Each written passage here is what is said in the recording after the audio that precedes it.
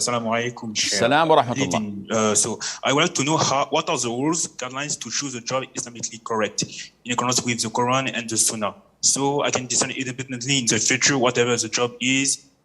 Each time I feel I found a correct job, I figure out some things harams to me in it and give up on doing it. Jazakallahu khair. Wajazak. Akhi, the question by itself is very generic. And when a person does not have the proper knowledge, Shaytan whispers in his ears and makes him think that, can I speak in the phone? Because the phone may distort my voice and the voice goes across seas and the sheikh hears me and then maybe he thinks blah, blah, blah. And Shaytan throws things in like this in your ear, in your head. One of the biggest reasons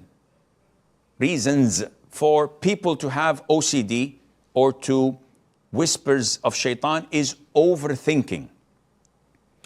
We have certain rules and regulations in Islam that governs our lives. And the default, everything is halal.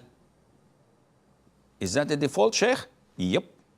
Everything is halal until proven otherwise.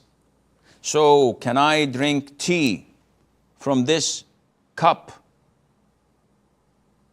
Yes. Maybe the water is not pure.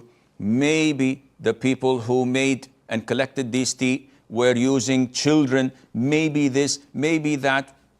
The default, it's halal. Bismillah. It's hot, it's nice. Until proven otherwise, without any proof, move on. Don't look back. We come to jobs, and many jobs are there for display. But Shaitan comes and says, oh, maybe this job is Haram. The French don't pronounce the H when it comes in the beginning of the word. So they don't say hotel, they say hotel.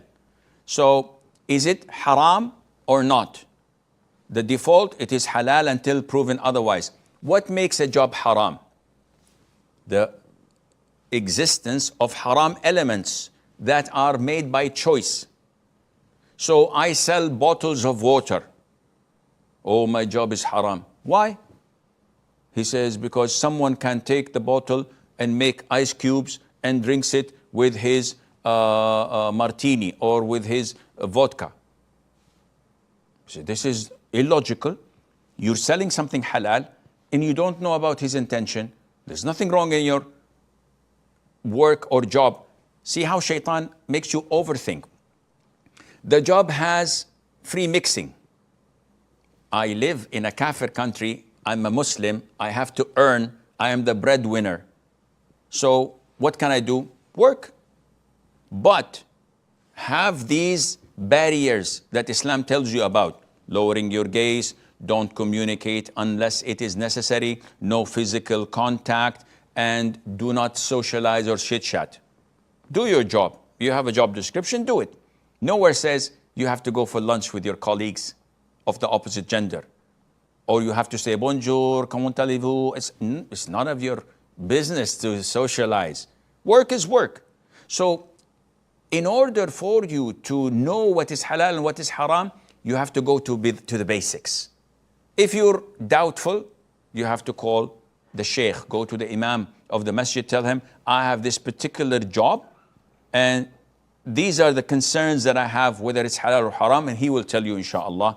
And Tariq from the UK, he says, nowadays it's difficult to find halal jobs in the UK. Akhi, this is part of the mind games that Shaitan does on us. Putting hurdles in front of you is an easy game that everyone can play.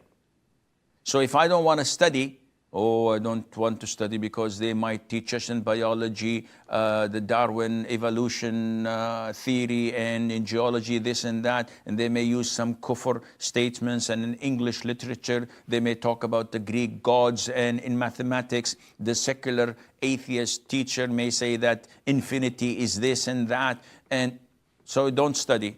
What to do? Go work. Or if I work, I may see and look at women. I may be exposed to haram. I may see something with an image I cannot sell. I cannot work in a warehouse. Everything is najis. Everything is haram. So what do you want to do? Commit suicide? Akhi, this is not Islam. These people who put hurdles, obstacles, and try to stop life from moving on, they're not related to Islam. Islam is a religion of ease.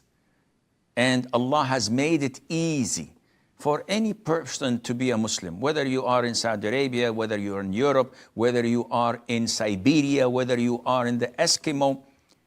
It is easy for you as a Muslim to practice your religion without any problem. Whenever there's a will, there is always a way. There are means that you can work in halal. If you work in a warehouse, most of the people who work in warehouses don't know what is in the packaging. So there's no problem for you to carry it. If I'm a mailman and I have packages to deliver, I don't know what's inside, whether it's wine or halal food, but the default is it's halal. Why should I assume the opposite? So there are so many things you can do. You cannot just simply put obstacles. Apply for a job. If you find something haram, try to avoid it. Try to communicate with the management that I can't work at that specific place. But work. Show them that you are a hard worker, that they can depend and rely on you, and that you have limits. People like this, even the disbelievers. They like when you have things to be committed to and that you have red lines you cannot cross.